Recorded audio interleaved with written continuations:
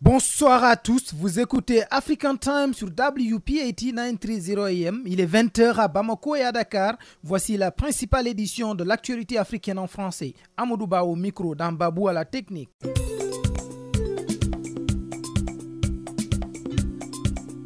Au sommaire de cette édition, coup d'État au Mali, Amadou Toumani Touré a été évincé par des mutins. Le capitaine Sanogo dirige désormais le pays mais promet de remettre le Mali aux mains des civils. La communauté internationale a rejeté en bloc ce coup d'État et exige le retour à l'ordre constitutionnel. L'ex-président Amadou Toumani Touré est introuvable. Bamako vit la psychose.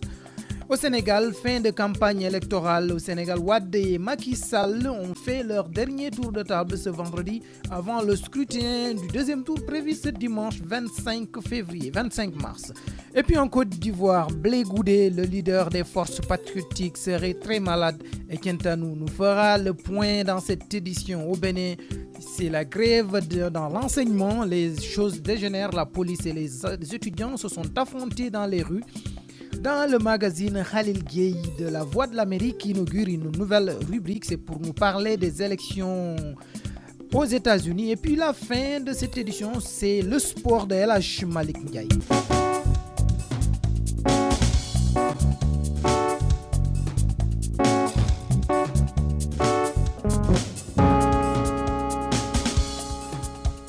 Mesdames, Messieurs, bonsoir et bienvenue. Merci de rester fidèles à votre édition African Time. Vous nous écoutez sur Internet, sur WPAT930am.com et sur khalima.com. Au Mali, les militaires ont pris le pouvoir. Ils accusent Amadou Toumani Touré, le président, de soutenir les rebelles Touaregs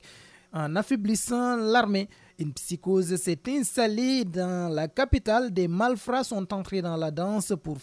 opérer des pillages. Nous sommes entrés en contact avec un Sénégalais qui est sur place. Il s'appelle M. Ndour. Nous nous sommes entretenus avec lui il y a quelques instants. Vous l'écoutez. Et là, c'est dommage. Il y a quand même la panique partout. Les gens ne savent pas où aller, que faire. Eh bien, là, on est un peu perturbé parce qu'il y a des malfaiteurs, peut-être, disons, qui sont mêlés à la situation. Mais pour tout compte fait, ce que j'ai vu, la journée, les gens peuvent circuler en taxi et en moto. Il n'y a pas de problème majeur, mais on voit les gens armés dans certains endroits assez stratégiques, que ce soit les postes de direction ou de ministère. En tout cas, on voit les militaires en patrouille un peu partout dans la ville. Et, moi, présentement, j'étais dans un hôtel qui a été attaqué et pillé hier nuit, aux environs de 21h30. Ils sont venus, ils sont attaqués à la réception. Et ils ont pu... Il n'y a pas de dégâts, ils n'ont pas tué ou tiré sur quelqu'un. Ils ont juste tiré un coup de sommation en l'air. Ils ont donc pris dans le coffre de l'hôtel 3 600 000, ce que le gars nous a dit. Ils ont aussi pris quelques boissons, en tout cas les provisions qui restaient dans le restaurant, et ils sont partis. C'était deux 4x4, des hommes en tenue, qui étaient armés, avec deux 4x4. Donc, et ils sont repartis. Ils ont fait le forfait, ils sont repartis. Donc, ça a mis tout le monde aussi dans un état, et le matin, on a décidé donc de quitter cet hôtel-là. Oui. Et là, on est venu, on a tout fait donc pour se regrouper en tant que Sénégalais et en tant aussi la délégation de la CEDEAO. Et bien, là, certains sont dans l'hôtel Salam, qui est donc l'un des plus grands hôtels de Bamako. Et bien là, nous, on est aussi les deux sont dans un autre centre qui est un peu excentré de la ville, au niveau de la colline. Mais c'est un centre de formation. Je ne dirais pas le nom comme... Qu'en est-il maintenant où se trouve présentement Amadou Toumani Touré? Vous me permettez, et on est ici dans ce centre-là. Tout se passe calmement et le couvre-feu recommence aussi à partir de 18h. De toute façon, il y a la peur, il y a la panique parce que les gens ne savent pas vraiment ou tenir, que faire, voilà en quelque sorte. Oui. Quelles sont les infos que vous avez reçues concernant Amadou Toumani Touré? Où il pourrait se cacher ou où se trouve-t-il présentement? Les échos qu'on a eus à travers la presse, comme tout le monde, bon, il y a des versions, les gens disent que Toumani est parti, on ne l'a pas attrapé, mais les militaires disent qu'il l'a attrapé. Et bon, j'ai cru entendre quelque part aussi que les hommes de Toumani, préparent la réponse et ça ne va pas aller, mais bon, on n'a pas jusqu'ici des preuves sur ça. C'est des échos qui nous viennent d'un peu partout. Et quelles sont les dernières déclarations faites par la junte militaire? Oui, les dernières déclarations que j'ai entendues par la junte militaire, c'est qu'ils ont condamné fermement donc les actes de vandalisme qui sont certains d'hommes qui sont armés, qui sont en tenue, qui profitent de la situation et qui sont allés dans certaines directions ou dans certaines organisations, et même à la douane et tout, prendre des ordinateurs. On a vu à la télé des gens prendre même des ventilateurs, n'importe quoi. Ils ont cassé ici, cassé là. Ils ont condamné fermement ces actes et donc ils appellent à la sérénité, au rassemblement. Bien sûr, aussi les moyens qui restent calmes et qui ne sont pas animés de mauvaise foi et de reconstituer donc vraiment le Mali, la démocratie et tout. De toute façon, ils veulent former donc vraiment un gouvernement. Et bon, ils sont prêts à travailler avec tout le monde. Mais en tout cas, ils ont condamné fermement ces actes. Ils ont même promis en disant que justice sera faite et que ces malfaiteurs seront punis s'ils sont jugés. Et on a vu à la télé que les gens ont repris certains bagages ou certains matériels qui ont été pillés quelque part. Eux-mêmes, les militaires ont repris ça et ils ont mis à côté. Vous aimez les belles chaussures? Alors écoutez bien. Gora Sneakers au 40 Ouest, 31e rue, entre la 5e et Broadway est l'endroit idéal. Chez Gora Sneakers, il n'y a pas de contrefaçon, tout est original. Vous y trouverez Timberland, Nike, Reebok, Sebago, Adidas et j'en passe les meilleurs. Désormais, vous trouverez chez Gora Sneakers des casquettes et des jeans des plus grandes marques. Alors, ne faites plus attendre vos pieds, offrez-leur des chaussures de qualité. Gora Sneakers, c'est au 40 Ouest, 31e rue, entre la 5e et Broadway, en face du poste office. Téléphone 212 695 64 92. 212 695 64 92. Tout le monde sait que ce que nous mangeons détermine la qualité de notre vie. Si vous voulez manger sain et avec un bon goût dans un cadre agréable, allez au Jacob Restaurant Soul Food et Salad Bar. Jacob Restaurant est le leader dans le domaine du soul food à New York.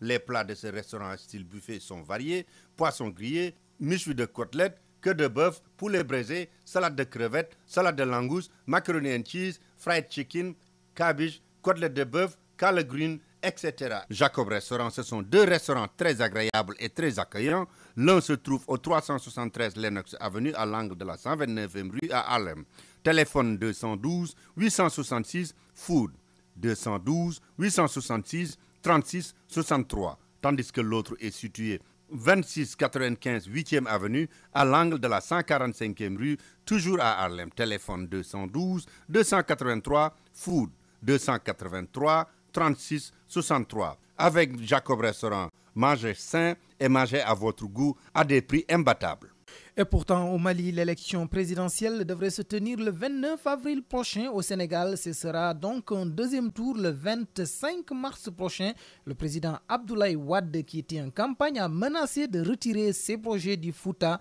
si les Foutankiers ne votent pas pour lui au second tour. Son adversaire Macky Sall continue de faire des promesses. L'actualité au Sénégal, j'appelle Ignace Ndeye.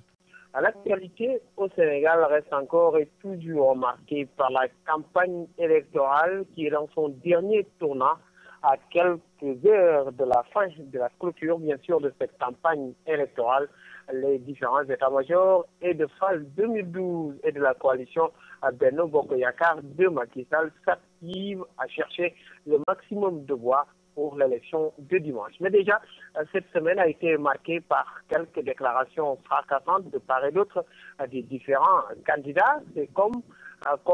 la déclaration de Maître Wade qui a fait savoir aux populations de Matam que lui ne pourra pas continuer ces chantiers si toutefois les populations de Matam ne votent pas pour lui. Une déclaration qui a été saisie au rebond par le candidat à Macky Sall qui voit ainsi une façon de faire du chantage pour ces populations, car pour Macky Sall, le pays est un et indivisible. Autre propos de campagne de Maître Abdoulaye Wade qui a dit cette semaine lors d'un meeting tenu à Dakar dans la banlieue que si lui il quitte le pouvoir, les fonctionnaires vont rester 2 mois sans salaire, comme pour dire que les caisses de l'État sont vides. Une déclaration qui a été moult fois interprétée par l'opinion publique au Sénégal, même si certains se disent très surpris par cette déclaration de Wade. D'autres, par contre, estiment que les caisses de l'État sont tout simplement vides parce que le président sortant a eu une gâchette facile en distribuant de l'argent un peu partout pour charmer donc les militants pour adhérer à sa candidature. Et bien, Maître Wade qui a déclaré même aujourd'hui sur sa succession, Karim Wade a bien fait son travail, il partira avec moi comme pour dissiper toute supputation et spéculation sur un probable projet de dévolution monarchique qu'on a toujours collé au candidat Wade sortant. Et puis l'actualité reste, je le disais, toujours marquée par, bien sûr, ces déclarations, ces propos de campagne. Et la Commission nationale de recensement de vote a fait savoir, appelle les candidats à la retenue et puis que personne ne puisse, bien sûr, donner des tendances avant des résultats provisoires pour un peu garder ses distances par rapport à tout cela. La CEDA également l'a fait savoir et les observateurs aussi bien étrangers que les observateurs au niveau local s'activent également pour la couverture de cette deuxième phase de l'élection présidentielle au Sénégal avec ce deuxième tour. Difficulté, cette campagne électorale n'a pas pour autant éclipsé le vent de turbulence qui souffre sur l'école sénégalaise, même si le cadre unitaire des syndicats de l'enseignement, l'UCUS, a pu lever son mot d'ordre pour essayer de sauver, dit-il, l'année blanche. Le QSEM et le SAES, le syndicat autonome des enseignants du supérieur, n'a pas eu la même appréciation. Donc des syndicats qui persistent et signent et qui sont toujours en bras de fer avec l'État. D'ailleurs, le SAES, ce vendredi, a déclaré que ce syndicat va provisoirement observer une pause jusqu'au mois d'avril, histoire de donner du temps au président, au prochain président, après prestation de serment, de s'activer sur les revendications avec les accords signés en 2000, en 2005 et en 2007. Toujours est-il que le système éducatif est toujours paralysé et qu'un vent d'année blanche souffle encore et toujours sur ce système éducatif. En Casamance, cette semaine également, il y a eu regain de violence et ce vendredi, après des accrochages entre l'armée et le MFDC, un militaire a été tué et de nombreux blessés enregistrés au cours d'accrochages entre l'armée et des éléments supposés appartenir au MFDC, des bandes armées qui ont essayé de perpétrer un braquage à hauteur des villages de Kaparan et de Baïla, c'est dans le département de Bignona, dans la région de Ziguinchor, un braquage qui a été tout simplement avorté à cause de la promptitude de l'armée, un convoi de l'armée qui a quitté Djouloulou, qui est tombé sur ce braquage, et puis il y a eu échange de tirs entre les deux parties militaires atterris. Des blessés également du côté militaire, le bilan même inconnu du côté des enseignants, mais les sources révèlent qu'il y a eu d'énormes pertes en vies humaines et puis en matériel du côté des assaillants. Ainsi va donc l'actualité qui reste encore et toujours marquée par la campagne électorale avec les deux candidats qui ont effectué ce vendredi après-midi, ce vendredi soir, leur dernier tour avec leur dernière campagne de charme pour la pêche aux voix. Les deux candidats étaient d'ailleurs à Dakar, dans la banlieue dakaroise. Macky Sall comme Abdoulaye Wade se sont retrouvés dans la banlieue dakaroise pour clôturer leur campagne en attendant le scrutin qui se tiendra ce dimanche 25 mars 2012. Et puis, avant de terminer, signaler que cette affaire de garde à vue de maître El Hadji Diouf à Paris, qui a fait beaucoup de bruit ce vendredi au Sénégal. Et en effet, l'homme politique El Hadji Diouf a été accusé de viol et puis il a été gardé à vue à Paris. Finalement, il a été relâché dans l'après-midi. Et pour les partisans de El Hadji Diouf, c'est tout simplement une machination, et donc une affaire orchestrée par le pouvoir de maître Abdoulaye Wade. Ainsi va l'actualité au Sénégal. À Dakar pour African Time, Ignace Ndeye. Au Bénin, la violence s'est invitée à l'école. Les élèves se sont affrontés avec des forces de l'ordre. Des enseignants ont été arrêtés puis relâchés. Le point avec vous, Salomon Dossou. La grève qui secoue le secteur de l'éducation depuis le 24 janvier dernier est loin de connaître son épilogue. Malgré les menaces de radiation de la fonction publique et autres défalcations, les enseignants adoptent une autre méthode. Ils font le retour dans les classes, mais optent pour la méthode enseignant comme présent. Le mercredi dernier, une violente manifestation de jets de pierre contre gaz lacrymogène s'est éclatée entre élèves et forces de l'ordre à Apapa Centre, un collège de Cotonou. En effet, les élèves de cet établissement se sont opposés à l'interpellation de certains de leurs enseignants en mouvement de grève sur le tas. Le théâtre d'échauffourée a duré quelques heures. On dénonce plusieurs élèves blessés et quelques enseignants arrêtés, placés en garde à vue et relâchés quelques heures plus tard. Face à cette situation, le Haut Conseil syndical de l'éducation est profondément choqué. Réuni au lendemain des événements, il dénonce l'interpellation d'enseignants, usage de la force contre les élèves, violation de la franchise scolaire et qualifie ce comportement des forces de l'ordre d'actes d'humiliation qui se multiplient à l'encontre des enseignants. Ils envisagent d'organiser une vive protestation ce lundi. Salomon Dessous, Cotonou pour African Time. Conducteur de voiture, une nouvelle offre de Citywide Car Repair. Pour vous, chauffeurs de taxi, faites réparer vos freins, faites réparer les freins de votre voiture, GLC pour $20 avant ou arrière. Mais surtout l'offre est spéciale, faites-le 6 fois et la 7e fois est totalement gratuite. En plus, si vous voulez faire réparer votre voiture pour n'importe quel type de panne, les meilleurs mécaniciens à New York sont à Citywide Car Repair. Citywide Car Repair au 250 East 137e rue entre Third Avenue et Ryder. Téléphone 718 401 29 59. Mohamed et son équipe de mécaniciens vous disent que depuis 10 ans, ils vous ont rendu les meilleurs services de réparation d'automobiles à New York. Mais ne ratez surtout pas cette nouvelle offre. Faire réparer vos freins 6 fois et la 7e fois est totalement gratuite. Avant ou arrière, c'est $20 seulement. Citywide Car Repair au 250 East 137e rue entre Third Avenue et Ryder.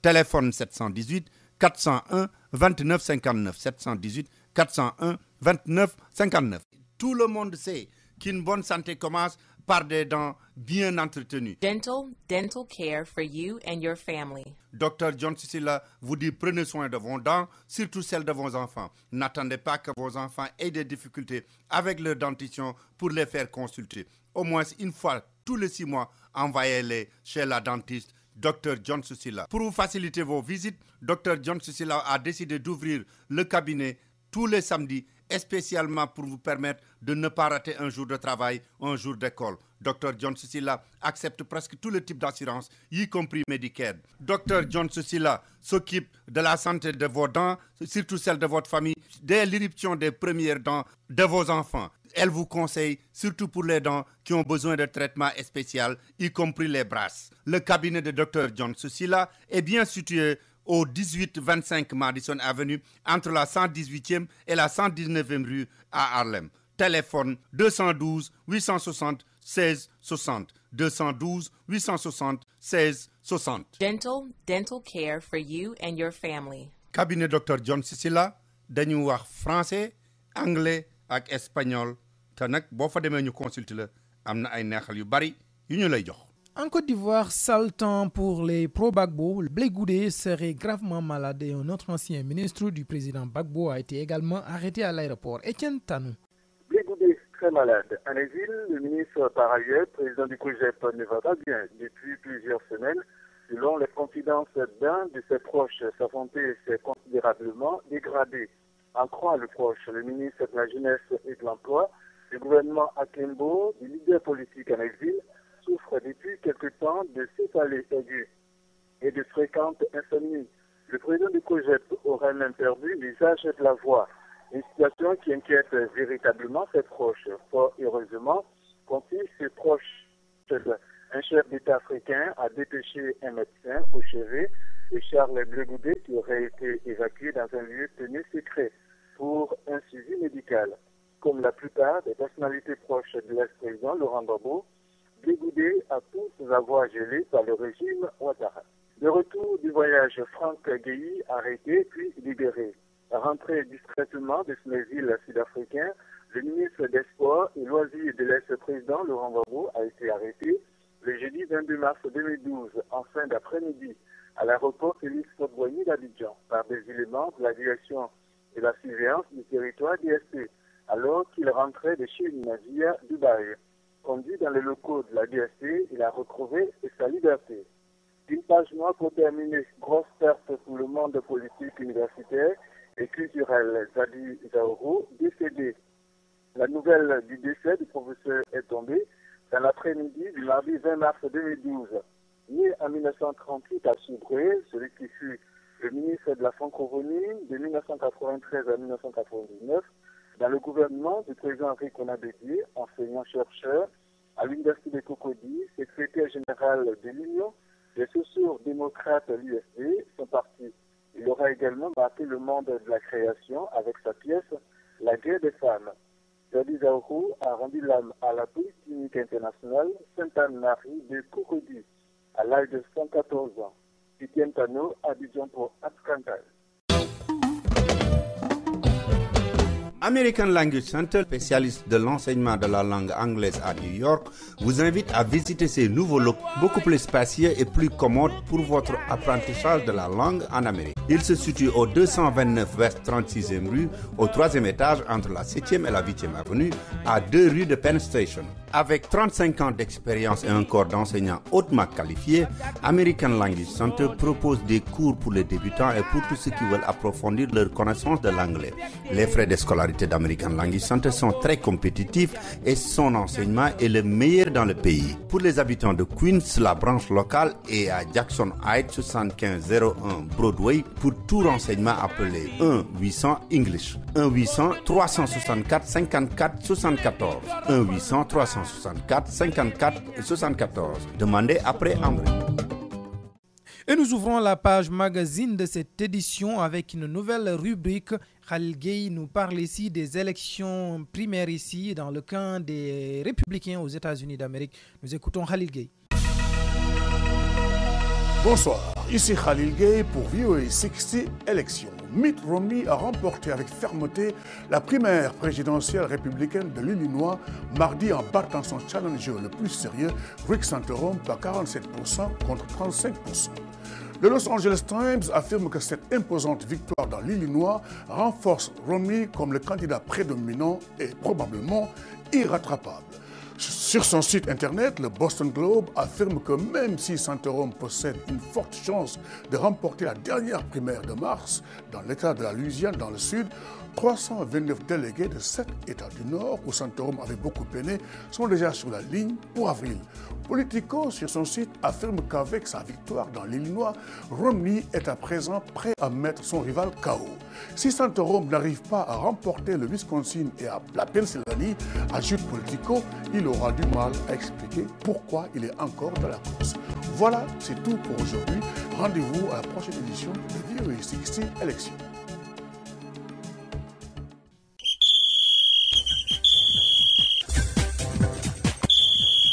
Dans la page sportive de cette édition, le magazine sportif de cette édition porte la signature de El Hadj Malick Ndiaye. Il s'entretient avec Dame Babou. El Hadj Malick Ndiaye, bonsoir. Bonsoir, Dame Babou. On parlait d'une plainte ou des plaintes d'Amara Traoré qu'on attendait. Lui-même, il l'avait déjà annoncé. C'est maintenant chose faite, n'est-ce pas, contre la Fédération sénégalaise de football? Oui, vous l'avez dit, Dame Babou, c'est deux plaintes qui ont été déposées par le conseil d'Amara Traoré, ancien coach du Sénégal. La première est relative au paiement des salaires de décembre et de janvier. Et la deuxième est donc relative à une plainte qui est relative au licenciement abusif dont a été victime le coach Amara Traoré. Maintenant, pour ce qui est des deux plaintes, elles ont été arrêtées aujourd'hui au tribunal régional de Saint-Louis. Et ils ont toutes, les dossiers, les audiences ont été renvoyées. Pour ce qui est donc de la première plainte concernant les paiements de décembre, donc l'audience est renvoyée pour le 27 décembre, alors que pour ce qui est du licenciement abusif, l'audience donc est renvoyée pour le 3 avril prochain. Donc ce sont les prolongations de la CAN et de l'échec de bataille qui se joue aujourd'hui au Sénégal entre la Fédération sénégalaise de football et également Amara Traoré, l'ancien coach du Sénégal qui a été donc limogé au lendemain de la visite des Lions à Bata. Toujours en football, pendant qu'on parle des plaintes d'Amara et la politique qui était intervenue pour un peu perturber le déroulement, on a quand même, bon an mal an, terminé la première phase du championnat de foot. Oui, donc avec des équipes qui ont fait des parcours assez intéressants. C'est le cas des Djambar de Saly, une équipe d'un centre de formation dirigée par l'opérateur économique CFX, également ancien footballeur qui occupe la première place de cette poule-là avec deux longueurs d'avance qui sont suivies immédiates, mais également la poule B dominée par l'équipe du Cadre Sport, qui est donc cette première place de cette poule. Donc ce sont deux équipes qui sont distinguées à l'issue donc de cette phase allée, qui avait également beaucoup d'équipes changées d'entraîneur. C'est le gars de club qui a donc viré son coach, Goro Sekbey, donc qui a été remplacé par Joseph Sessam, mais également l'équipe de Niaretali, c'est le limogeage de Samba Keita qui a été remplacé par Abdoulaye Gaye. Donc c'est fini pour la phase allée de la Ligue professionnelle avec toute la Ligue 1, avec donc les consécrations des Djambar de Saly qui occupent la première place de la poule A, mais également l'équipe du Cadastre qui est leader de la poule B. Vous savez, chaque fois qu'on parle du championnat du Sénégal, beaucoup d'amateurs de football pensent à un certain nombre d'équipes, dont la GIA, celle-ci est en train de s'enfoncer dans ses difficultés maintenant. Mais surtout les nationalistes d'Abao,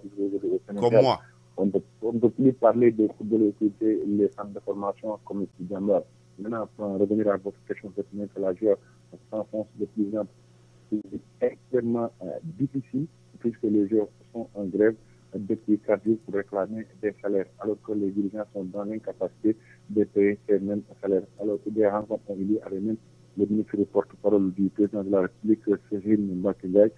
donc son nom a été annoncé pour prendre la tête de l'équipe de la gendarmerie de Dakar, mais donc cette annonce qui ne fait pas l'unanimité au sein même de la famille de la GIA. Certains joueurs comme Moussa Ndaw, Lamine Mboup, Roger Mendes, tous les anciens gloires de la GIA,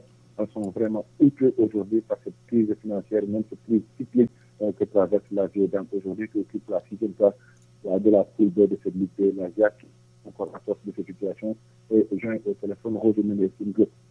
pour cette année, la remontée sera très difficile, voire même impossible. Alors, si la GIA ne suit pas, donc s'il n'y a pas une union sacrée au sein de cette GIA, on risque de voir ce genre de Dakar, qui est si cher, comme vous l'avez dit tout à l'heure, à pas mal de footballeurs, donc qui risque donc d'être rayé de la carte du football sénégalais, puisque le problème de la GIA est très compliqué, malgré les unions de façade entre les descendants, le problème demeure toujours dans le monde. Bon, maintenant terminons avec le football, avec la lutte. Le face-à-face Eumeu Sène, Lac de Guiers qu'on attendait a eu lieu. Donc, ça va arriver à Montréal, à Dakar, avec donc la présence du lutteur Emerson et Lac de Guiers 2, qui ont estimé qu'ils vont honorer leur contrat le jour donc, du combat qui est prévu le 8 avril prochain au stade de l'Odé, organisé par le promoteur Gaston Bagny, celui-ci a déclaré même que le problème donc était déjà réglé. À toutes les dispositions sont prises donc pour permettre aux amateurs de suivre un combat assez intéressant entre Lac de Guiers 2 et Emerson. Pour en revenir donc à ce passage, le Lac de Guiers a trébuché en de monter sur le podium et ce qui ne dit pas parce qu'ils sont tellement touchés. Alors un lutteur qui trébuche avant même de monter sur le podium, ça ne dit pas de bonnes choses. L'autre enjeu du combat également, ce sera la première sortie de Emerson depuis la création de son écurie Taïchungé. Alors c'est un combat de revanche entre les lutteurs puisque lors de la première confrontation, c'était un match nul avec donc des critiques acerbes contre le Guiers 2 à qui on accusait d'avoir pris le combat d'Ambab. El Hadj Malick Ndiaye, merci. C'est madame. C'est la fin de cette édition. Merci de l'avoir suivi. À présent, le journal en Wolof. Dans quelques instants, Dambabou prend le témoin avec Pape Ndao. Au revoir.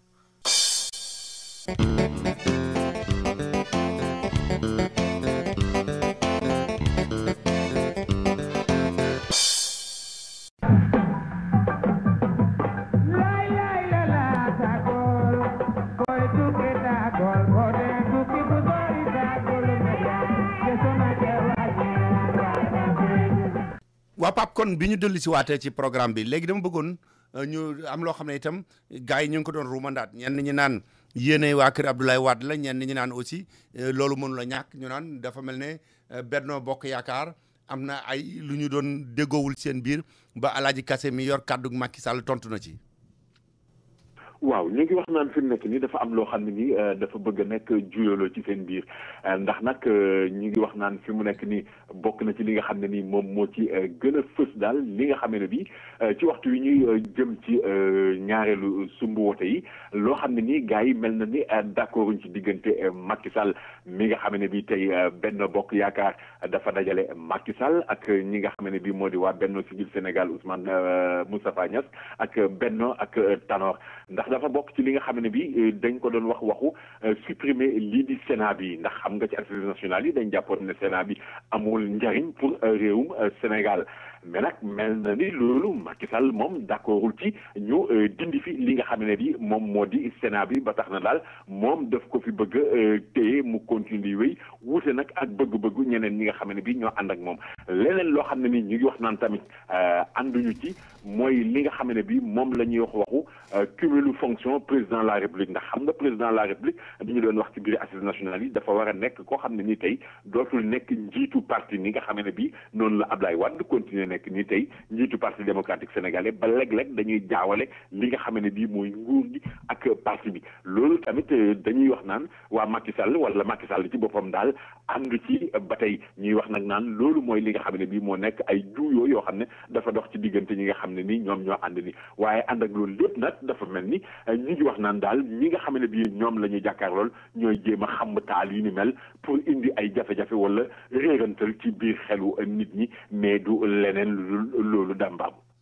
waaw Pape dafa am itam loo xam ne nit ñi ngi koy waxtaanee ñu naan am na ci gars yi ñu tàmbali di kaalawu bu dem ba marax maase bu guddee ñuy dem di seeti Macky fekk na ña nga ca fànn bële dem nañ sax ba naan kii di Ousmane Masseck Ndiaye këram nga nekk ca Mbàkke daf ko jox waa kër Macky fa la ñuy réunion fa la ñuy defee seeni mbir doomu Moustapha Niasse itam demoon ne àndeeg Wade ba mosal nañ ko dara mu ne bari na waaye du ma ko tudd du ma wax ñaata la dellu si waat na nee na comme sama njaboot dañ maa mere dellu si naa mën ngaa dellu si ci mbir yu mel noonu. waaw gis nga Dame Babou loo mën a dégg moo di fi mu nekk nii tey bari na ñoo xam ne nii parce que Macky Sall sax waxoon na ko ne woon na am na ay ministre Abdoulaye Wade ak ay kilifa ay directeur ak yu ni mel yoo xam ne tey jii man la ñoo àndal mel na ni loolu fi mu nekk nii mi ngi jaxase xelu ñu bari wala mi ngi yàq boog li nga xam ne bii moo di parti démocratique sénégalais parce que bul fàtte ne tey jii ñu bari ñu ngi wax naan diggante Abdoulaye Wade ak Souleymane Ndéné Ndiaye mi directeur de campagne am seen diggante ñagas na neexatul te noonu nee nañu li ko indi du lenn budul bi nga xam ne bi dañu jóge ci sumb bu njëkk bi ci wote yi Souleymane Ndéné Ndiaye dafa jël téléphone am woo ki nga xam ne bii moo di Macky Sall di ko félicité nee nañu loolu mooy li nga xam ne bii Abdoulaye Wade mënu ko baal tey yaa ngi juñu daan gis Ousmane Masseck Ndiaye daf ko joxe gars yi di fa def réunion mais am na tey ñoo xam ne nii nee nañu dañuy kaalawu ni nga ko waxee ànd ak maxa gi maaseeg moom noonu ci lëndëm gi pour dem di jéem a fekki Macky Sall pour di commencer waxtaanee li nga xam ne bii mooy ëllëg ak si biir noonu la ñu war a mën a dellu ci moom ba ñu ngi doon wax sax naan Abdoulaye Wade dafa mettre sur écoute téléphone kàngam yu bari yu bokk ci parti démocratique sénégalais ak ci gouvernement bi yoo xam ne seen téléphone dañ ko mettre sur écoute pour xool ba xam ndax dañuy jéem a négocier wala dañuy jéem a arranger ak Macky Sall loolu moo tax tey jii ñu bari pour bañ a mën a jël téléphone yi seen wax di feeñ moo tax ñuy ànd ak lëndëm gi di jéem a dem di jéem a régler ay mbir yoo xam ne yi dañu koy def doomu Moustapha Niasse yaa ngi koy tudd léegi moom gise woon naag Abdoulaye Wade ba daal di wax carrément Abdoulaye Wade lay àndal muy Papa Khali Niasse di ki nga xam ne bii mooy taawu Moustapha Niasse waaye tey jii dafa delluwaat ginnaaw ci mbir moomu ndax nag nee na jàmmoo ak ñi nga xam ne bii moo di ay mbokkam moo gën junni yoon ay millions yoo xam ne Abdoulaye Wade daf ko koy jox ginnaaw boo xam ne bii nee na ci àddina am na loo xam ne nii kenn du ko méngale kenn du ko natable mais nag bokk na it ci li nga xam ne bii wax na ko nee na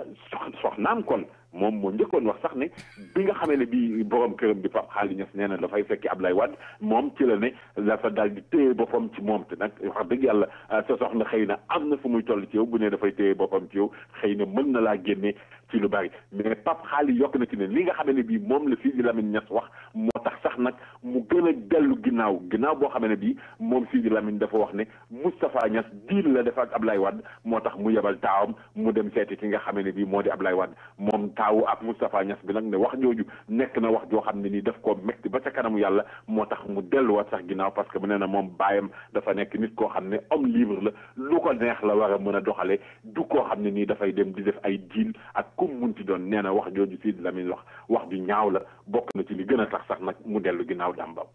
waaw Pape maa ngi fàttaliku ci avril 2000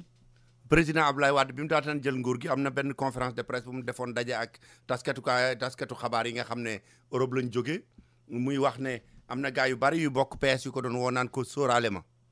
mu ci français la ko wax mu après mu di leen tekkil sóoraale ma ci français mooy lan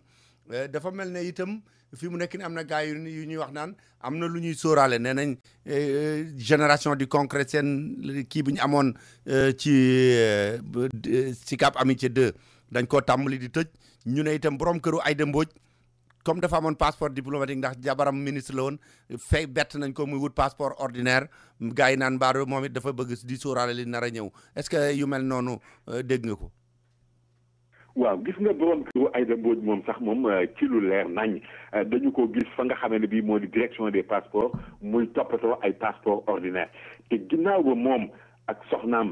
seen njaboot dañoo yoroon li nga xam ne bii moo di ay passeport diplomatique passeport yooyu nga xam ne ni gars yu bari ñu ngi wax naan tey jii sax dañu koy jaay 4 millions la ñu koy weccee ko bu ko defee nga jël ko bëgg tukki ci yenn réew yi du soxla nga dem di reng ay visa yu ni mel bu fekkee ne bii moom borom kër Aïda Mbodj ak soxnaam ak seen njaboot dañoo am ay passeport diplomatique ba pare mu wëlbatiku dem di régler ji li nga xam ne bii moo di passeport ordinaire moo tax ñu bari di wax naan est-ce que du dañu jàpp ne nii gouvernement bi nguuru Abdoulaye Wade dafa jeex wala ci jeex la jëm moo tax ñuy jël seeni précaution maanaam daal di def li ñu naan xoddeeku bala ngaa lakkale di wut ay passeport ordinaire ngir ëllëg si biir dara mën leen a bañ a bett bu ñu supprimer passeport diplomatique yi parce que Macky mi ngi wax naan ñu ngi koy waxal naan bu fi jëlee nguur gi day supprimer passeport diplomatique yi xëy na dellu si waat indi yeneen façon parce que dañ cee dugal noo xam ne ni bokk ci moo tax ñuy indi loolu génération du concret moom ci lu leer seen permanence bi nga xam ne bii amoon nañu ko ca Amitié 2 dañu ko daal di tëj bi nga xam ne bii daal di élection yi premier tour bi sumb bi dafa daal di jeex te xam nga avant premier tour bi foofee bés bu jot nit ñi jaabante bi moo gënoon a metti ni nga xam ne bii noonu lañ doon jaabante marché Sandaga waaye ñu daal di paaye li nga xam ne bii moo di premier tour bi rek mbir ya daal di ne selew ba tax tey jii ñu bari ñoo xam ne nii dañu dëkkoon ci wet googu ñoom dañoo bëgg parce que dañu ne jamono yi nga xam ne bii permanence bi mi ngi doon dox foofu baagante beeg coow li ak jàppal bàyyil bi dafa demoon ba ñoom mënatuñu woon dallu mënatuñu woon noppalu dañu demoon ba xat ci fi nga xam ne bii foofu la ñu dëkkee mais tey jii nag bi nga xam ne bii jël bi wala boog Abdoulaye Wade la mu doon yaakaar premier tour bi amu ko ñu ne déet ne waaye mu am 35% donc tax nag gaa ba ñu ne xëy na loolu moo tax fi mu nekk nii permanence bi ñu tëj ko am na ñoo xam ne it dañu ne xëy na dafa fekk ne contrat bi nga xam ne bii moom la ñu luye woon moom moo jeex daal ñu koy renouveler te xam nga loolu nag am na ñu bari ñoo xam ne ni dañ jàpp ne rek lay la woo xam ne nii daal xëy na dañu koy jéem a layee donte nag jéem nañu def ay pexe pour jot wala sax ëpp yëglekaay yu bari jéem nañu def ay pexe pour jot ki nga xam ne bii moom moo luye woon kër gi wala ka nga xam ne nii moom moo demoon doon lijjati ci mbir yooyu waaye moom ñooñu waa génération du concret ñu leen jege teg leen loxo jafe na lool jafe mais lu mën a am daal moo di siège ba tëj nañu ko loolu nag oto yi fa daan dem di tànqal askan wi kenn gisatu leen fa ñu dëkkee foofu moom jàmm dong lañ ci gis. waa Pape balaa ñuy jeexal ci politique bi am na loo xam ne sax xam naa ci njëlbeen gi lañ waxoon ne danañ ci wax mooy ay wu bari amul ci deuxième tour bi. premier tour bi yaa ngi fàttaliku ne tàngoon na jër lool bis bu ñu xëyee gars yi ne ñu ngi jëm ay place de l'indépendance ñii naan fële président Abdoulaye Wade bu dee def kii ñu naan dóor nañ koy xeer fee ñii ñu naan ñi ngay xeexoo fële deuxième bi sax wexewul noonu waaye teewul nag ba tey am na it jàppal ak bàyyil de. waaw deuxième bi wexul ba tey gaa wexul wala boog bu ñu ko méngalee bu njëkk ba wala laataa ñu ciy dugg sax ak li ci ñàkk ci seen bakkan ay doomu aadama yu dul jeex tubaarkàlla macha allah te loolu nekk loo xam ne nii daawuñ ko faral di nemmeeku fi ci réew suñu réew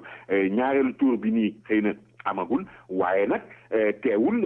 fitna jóg na ci parce que rek xam nga ñu ngi ko doon junj am na fii ñuñ ci dal ci kaw waa kër Ablaye Wade nee nañu ñoom waa kër Macky Sall la ñu tuumaal donte waa kër Macky Sall ñu ngi koy weddi am na ñoo xam ne nii marché Njaareem la ñu leen fekk fële ca Géejawaay dal di dal seen kaw juróom-ñett yoo xam ne yi am nañ ci gaañu-gaañu nee nañu ñeentee ñoom seen gaañu-gaañu yi jéggi na dayo ba booy xool nataal yi sax ni ñu ko defee am day daw parce que nee nañu ay jaasee ki machette ki kub ak yu ni mel ñoom la ñu leen dóor ba fi mu nekk nii sax am na benn journaliste boo xam ne nii moom ci Presse Afrique la nekk jot nañu ko jolombaane doj xaay ba mu dal ko ca bopp bi dal di toj mais daal daam loolu yëpp ànd ak nag it mbolde yi nga xam ne bii ñu ngi wax naan joxe nañu ko te lu doy waar fi mu nekk nii gis nga benn alkaati la ñu gis ca Kaolack ci meeting bi nga xam ne nii Béthio ma nga ko fa doon def moom alkaati bi sol tenue yore mbolde bi di ko wëndeel di wane ne moom am mbolde la yore parce que xëy na sëriñam wala njiitam moo ko sant te gis nga ay nit yu yore ay mbolde rek jot nañ leen fee téye atte leen gis nañu tamit ci wote militaire yi nga xam ne bii moom la ñu doon amal ci ayu bés ba la ñu génn militaire boo xam ne bi kii soldat alkaati boo xam ne bi dafa dem ji wote ji moom i tamit yoroon mboldeem naan civil la soloon waaye ma nga takkoo nit njël bi nga xam ne bi sëriñam a ci nekk ba fi mu nekk nii ay kilifaam ñoo mujj ñëw dal di koy woo dugg ak moom ruq mujj nañu ko bàyyi mu dem gaa mais mbolde ba dañu ko mujj nangu ba tax na tamit mbolde yu bari yooyu nga xam ne nii ñu ngi circulé ci biir réew mi am na tax ñu bari ñoo xam ne nii ñu ngi tiit xëy na ci ñaareelu sumb bi ñu jëm ndax danañ jéem a génne ngànnaay yooyu wala fitna dana ci mën a am daam ñaan mu bañ a am rek waaye tamit lu ci mën ci am moom lu ci kanam rawu li bët. waaw mbolde yi nag de buñ wax dëgg buñ koy wax waa kër Serigne Cheikh Béthio Thioune la ñuy wax de ndaxte Baye Fall ñoo daan yori mbolde ñoom daaw ñu yori mbolde waa kër Cheikh Béthio bi yoon la ñuy tàmbali ne moo leen wutloo ay mbolde xanaa nag moom kon ku jëm ci lu mel noonu di wutloo ay mbolde moom xel du ci mën a dal bon Pape léegi kon xam nga nu ñuy def comme mbiru politique bi foofu lañ ci yem bàyyil ma aajaraat ñu yàggale li des ci yeneen xabaar yi jóge Sénégal. yàgg ngeen koo xam yàgg ngeen koo wóolu mu yàgg leen a taxaw ngeen bëgg ci lool lépp lu jëm ci seen i taxe da ngeen di dem ci Fallou Ndaw expert ya mu àndal Fallou Ndaw fii ci université Amérique bii la jànge ba mokkal ñu doog koo jox ay lijaasaam lépp lu jëm ci mbiri taxe loolu la xam lool ba mu mat sëkk te bu leen fàtte ne taxe yi nag li ko tàmbalee ci janvier ba avril lay jeex bu leen ko yeex a def bu ngeen seetee Fallou Ndaw dana leen ci taxaw ci compagnie am Logic 6 mi ngi nekk ci diggante 120th ak 121st bu dee income tax la personal tax wala seen business tax la bu fekkee itam da ngeen di taxawal seen compagnie bëgg ku leen ko defal wala ku leen defal seen i accounting dem leen seeti Fallou Ndaw ci Logic 6. Fallou Ndaw am na numéro téléphone bu bees mi ngi nekk 917 365 2115 917 365 2115 917 365 2115. déglu leen numéro bii ma leen di bëgg a jox ndax dana leen amal njariñ lool bu ngeen xamee lu tax ma wax leen ko bu ngeen numéro téléphone bi mi ngi nekk 678 334 5760 678 334 5760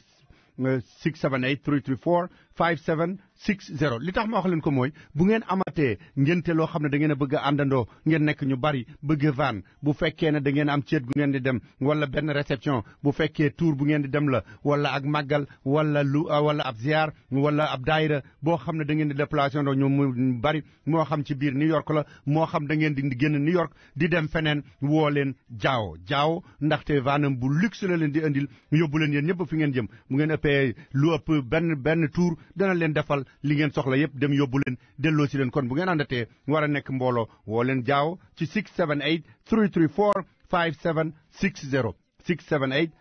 334 5760 dana yomb lool mu ñëw jël si leen fu ngeen mën a nekk yóbbu leen fi ngeen bëgg a dem moo xam ci biir New York la moo xam da ngeen a bëgg a génn New York. ni mu leen ko baaxoo di defal Abdoul Aziz Ndaw dellu si waat na di leen xamal ne am na xéewal yu mag a mag yoo xam ne mi ngi leen koy indilati yéen waa communauté bi yëpp muy matelas yi nga xam ne dañ leen koy jaay muy matelas de qualité prix yi leen koy jaayee kenn mënu leen koo jox am na ay réfrigérateur dem na ay cuisinière à gaz te nag yokk na ci ne dafa am conteneur yi nga xam ne ñooy jógee Dakar nga defal la ci sa marchandise yëpp ak leneen loo ci bëgg a def mu indi la ko fii te moo la koy génneel ca douane ba itam te Abdoul Aziz Ndaw bu Ndukumaan daf leen di xamal ne am na leneen lu ci yokk lu bees mooy léegi day def shipping boo xam ne Afrique lay jëm air freight lay doon ci avion lañ koy dugal te dañ koy garanti date yi ñu la wax ak on schedule la ñu koy yóbbu kon boog lépp loo xam ne da ngeen koy am di bëgg koo yónnee Afrique jox leen ko Ndukumaan bu Abdoul Aziz Ndaw kon nag woo leen Abdoul Aziz Ndaw ci 917 709 4517 917 709 4517 Abdoul Aziz Ndaw mi ngi nekk ci 200 East 135th Street ci Bronx ci wetu Madison Bridge bi bu dee Ndakaaru la itam mën ngeen koo woo ci 221 77 913 16 57 wala ngeen woo ko ci 77 510 20 10 510 20 10 waaw Pape Ndaw kon balaa ñuy jeex rek ñu dellu si waat ci li nga xam ne moom mooy mbiri yeneen xabaar yi ndax nit ñi dina ñor dëgg seeni xew bu ñëwee lu ñu mën a waxi politique loolaa leen di gën a ñor màggaluk Maam Jaara di Poroxaan ñi ngi ko doon def ci àdduna bi yëpp waaye raw na ca Poroxaan nga xam ne fa la Maam Jaara tëdd màggalu Maam Jaara bu so Poroxaan def nañu ko ni nga xam ne bii noonu la ñu koy defee ak mu jot xam nga Poroxaan nag digganteem ak Nioro toll rek ci ay juróom benn kilomètre sorewul lool ñu bari nag fu ne ci àddina doomu aadama bàyyeekoo na fa ngir ñëw màggal si màggalu Maam Jaara bu so Poroxaan googee nga xam ne ni nag même politiciens yi ñoom itamit jéem nañu cee feeñ jéem nañ cee fës parce que même Ablaye Wade fan yële ñu génn rek demoon na fi nga xam ne bii moo di Poroxaan doon fa defi ziar te itamit xam nga xabru Maam Jaara bu so boobu dafa nekk bërëb bu tedd boo xam ne nii ku ne ñaare daf fay bëgg dem def fa ziaram def fa ay ñaanam ndax yàlla saafara li nga xam ne bii moo di ay tawatam wala ay jafe-jafem wala ay soxlaam te itamit li nga xam ne bii moo di xasaay bi jàngal nañu ko fa bu baax a baax ni nga xam ne bii noonu la ñu ko fa daan jàngee at mu jot di fàttali rek ne Maam Jaara Buso ku tedd kooku doom la woon ci ki nga xam ne bii moo nekkoon Mohamed Buso ak soxna Asta Waalo Mbakke moom maam Mariama Bousso moomu ñu gën ko xam ci gàttal ci tur Maam Jaara ñu fàttali rek ne mi ngi ganee àddina ci atum 1833 ca Golle rek nee nañu bi mu amee fukki at ak ñeent rek ci la daal di mokkal li nga xamee ne bi moo di alxuraan mi ngi wàcc liggéey nag ci atum 1866 booba mi ngi tolloon rek ci fanweeri at ak ñett donte nag fanweeri at ak ñett ku ne xam ne bariwul waaye fekk na moom mu jot a liggéeyal diiney islam lu xam ne nii ba léegi nit mën na cee teg bët waaye tamit doomam ju tedd jooju nga xam ne nii moo di Cheikh Ahmad Bamba Xaadimu Rasul fi nga xam ne bii yóbbu na fa l'islam kenn du ko natable ndax moom mooy ki nga xam ne bii moo sanc yoonu murit Dambaabu. waaw Pape ba tey itam niñ ko mën a waxee rek ba tey yeneen xabaar xaw na ci Sénégal mbiru courant bi dañ ko doon soow fan yi am ñu doon wax naan gars yi dañ ko bëggoon ñugal rek ba élection yi weesu waaye bu élection yi weesoo musiba dina amaat gars yi ñi ngi doon miim waaye waa Pikine de ñoom dafa mel ne laalaat na leen de. loolu tey la gën a nekk ci xel yi daam baabu jàpp nañ ne boo moytuwul élection yi bu weesoo courant dootul am parce que Pikine bésub lëmm maanaam 24 heures la ñu toog amuñu li nga xam ne bi moom moo di courant donte nag gars yi ñu ngi jéem a jiiñ mbir mi naan loolu ay liggéey yoo xam ne yi dañ ko doon def ca marché syndicat moom moo indi dog-dogi courant boobu mais loolu mënta dugg ci bopp nit ñi parce que dañuy wax naan gisuñu fi yan liggéey la ñu waroon a mën a def foofee ba tax courant bi war a mën a dog bésu lëmm maanaam 24 heures waxtu ba waxtu wi dellu si ci ëllëg sa te nga gis ne fan yële ñu génn amoon na fu demee ni ki Mermoz ak yeneen i gox yoo xam ne yi dafa nekk ci Dakar ñoom tamit ay coupures yu bari yoo xam ne yi dafa amoon mais loolu ba tey rek Senelec moom saay boo waxee mu jiiñ ko ñi nga xam ne bi ñoom ñooy gas tali bi wala ñoom ñooy def ay liggéey nee na ñoom ñoo leen di yóbbee jafe-jafe yooyu mais ñoom tey jii la ñu mën a joxe courant loolu nag gën a wóor. waaw am na itam yeneen yoo xam ne ay problème la yoo xam ne ay at fanweeri at mu nekk ñu ne dañuy am yaakaar ne xanaa ci lay yem muy geeru Casamance bi tàngati na ba am ñu fa faatu. kenn ku soldat ñàkk bakkanam ak ñeent yoo xam ne dañu am gaañu yu métti loolu mooy li nga xam ne bi moom la ñu fa gisaat ginnaaw boo xam ne bi soldat si dañoo weccoo dañoo sëlxante ay sox ñoom ak ay nit ñoo xam ne ni dañu doon jéem a def braquage encore ci axe Bignona Diouloulou bi foofu di yoon boo xam ne nii ay oto yu bari dañu fay faral di jaar ci waxtu li nga xam ne bii nag ci la gars yi doon jéem a addu kalpe oto yooyu ci la convoi militaire bi dal di ñëw yegg si ñu daal di soqente nag fetalante ci seen biir ba benn soldat ñàkk ci bakkanam ñeent am ci ay gaañu waaye li wóor mooy nee nañu ñi nga xam ne bii ñoom ñoo doon jéem a def njëmbe yooyu muy rebelle yooyu ñu bari ñàkk nañ ci seen bakkan parce que nag soldat si ñoom itamit ba ñuy fayu bi tàng na jën wala tàng na jëpp ndax nag ñoom nee nañu dootuñu nangu benn yoon ñu leen di soq ci seen kaw ay bal rek ñu mel ni ay canard yi ñuy tiire ci seen kaw wala ay pigeon ñoom fu ñu leen ko defate ñu jëflante ko ak ñoom ba mu saf-saf.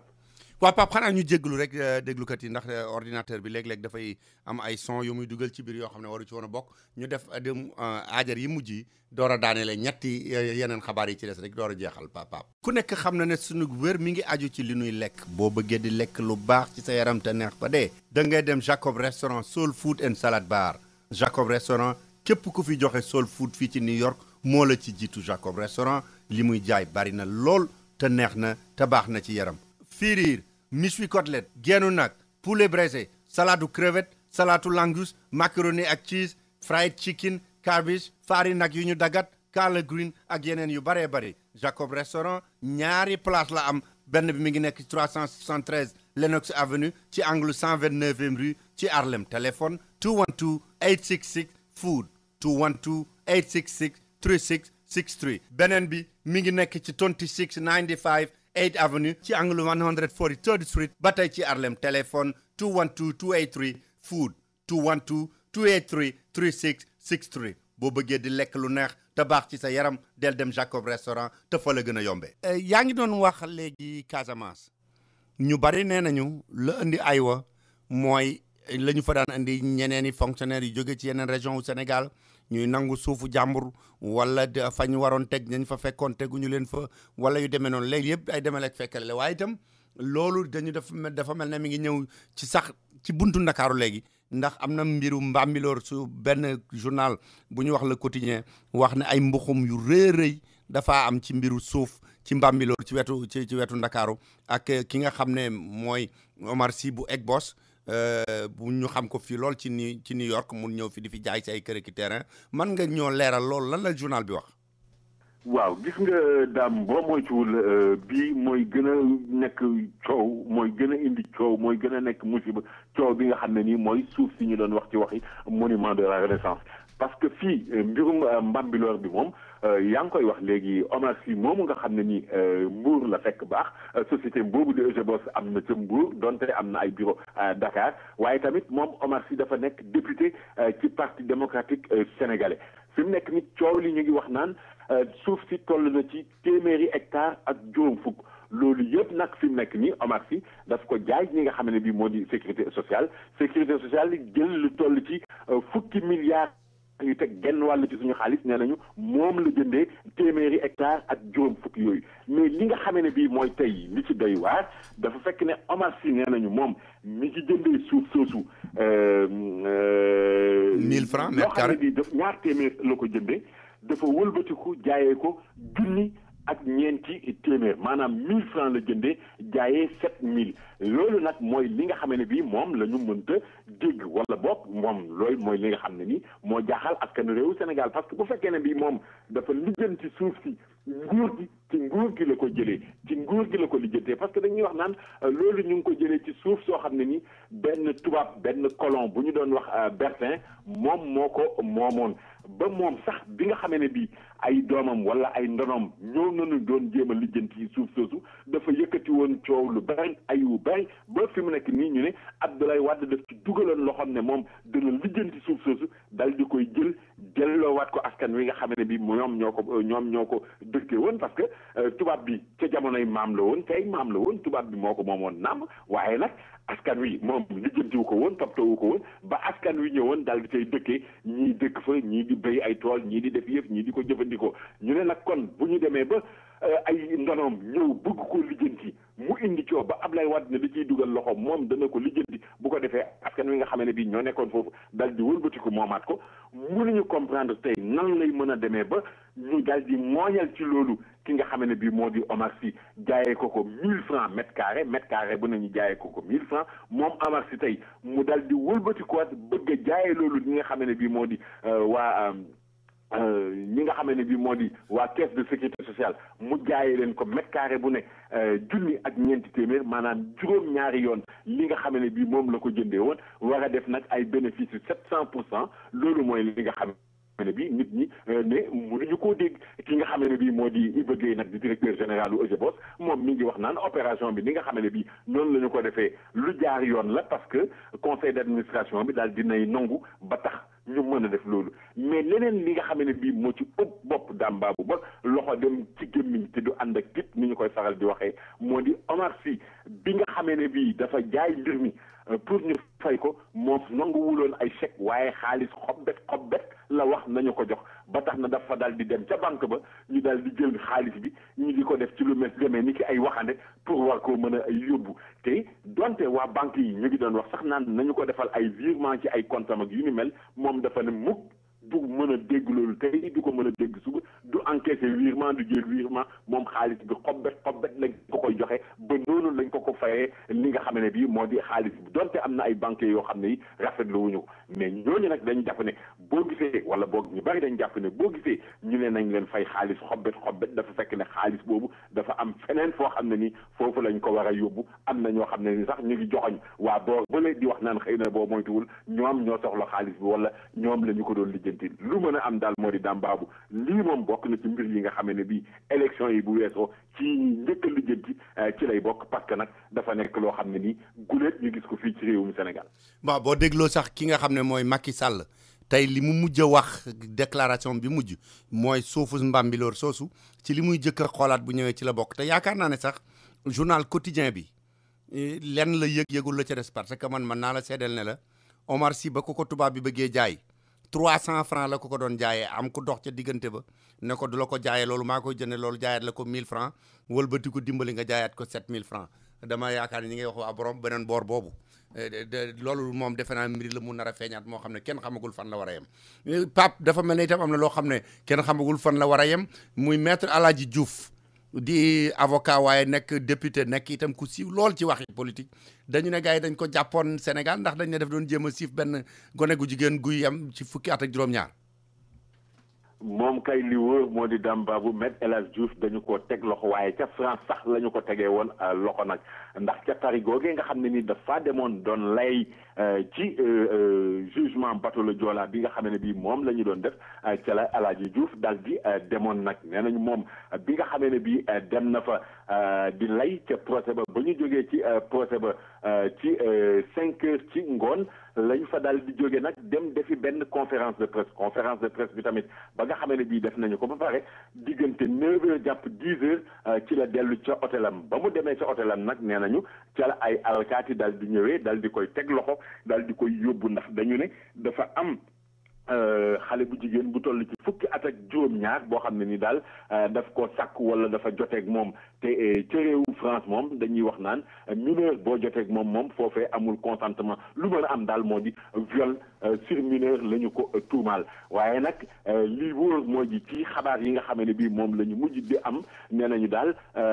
may nañu ko li nga xam ne bii moo di liberté provisoire maanaam dañu ko inculpé placé ko sous contrôle judiciaire ba jàpp nag ne fukki fan ak juróom ci weeru mai ci la ñu koy daal di atte ci la ñu ko war a atte jëm ci mbiri affaire viol boobu ñu koy topp nee nañu nag maître Nicolas Cassar di koo xam ne nii moom ak moom ñoo bokkoon sax nekk di lay ci mbiru bateau le Joola bi moom moo koy layal ay mbokki Alaaji Diouf nag nee nañu lii du lenn budul ak kompolo ay tuuma yoo xam ne yi dañu koy jéem a teg ci kawam pour salteel jaram waaye loolu du jàll lu mën a am daal moo di mbir mi moom leer na ne yëf yi dem na yoon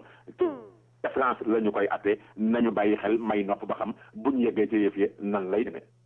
waaw Pape Ndaw kon nañu ko yemale foofu xam naa ne tey xabaar yi yaatu na yaatu goo xam ne du ñu mën a jeexal lépp benn rek laa bëggoon maanaa nga tënkal ñu ko li ñu naan ay du yem ci bopp borom coup d'état bi ñu wax ne dafa am Mali te ñun dinañ ci dellu si tuuti sax leeral ko ak ke benn nit boo xam ne ma nga Mali dañu wax ne Coumba Gawlo Seck itam amatul avion bu mu ñibbisee foofu la ko fekkoon ba mujj na dem Burkina. waaw amatul avion bu mu ñibbisee fële ko yëf yi fekkoon te xam nga ñaari coup d'état bu amee rek dambaabu autorité yu bees yi li ñuy njëkk a def mooy jël télé bi jël rajo yi waaye tamit tëj li nga xamee ne bi moo di frontières yi ba tax na nag kon ñàkk demu avion yooyu mbir yu ni mel moo tax Coumba Gawlo Seck tàggatémbe woon foofee ba ñuy wax naan sax poroxlu na jàll fa fi nga xamee ne bii moo di Burkina Faso te itamit dambaabu leneen loo xam ne nii mën nañu ko ci yokk ba tey rek moo di coup d'état boobu nga xam ne nii moo am Mali tiital nañu bari parce que booy xool tey jii Sénégal mooy wenn tund woo xam ne ni moom moo dala muccagum ci coup d'état bi mu dalee am ci suñu gox bi suñu diwaan bi ba léegi te itamit bokk na ci li nga xam ne ni ñu ngi wax naan moo indi coup d'état boobu soldats yi fa nekk dañoo dem ba nag lot ci li nga xam ne bi noonu la ñu doon gérer crise bi nga xam ne moo dox seen digganteeg ñi di Touareg yi ñu jàpp ne daal ni ñu ci doon deeg yu ni mel daal dafa jaaduwul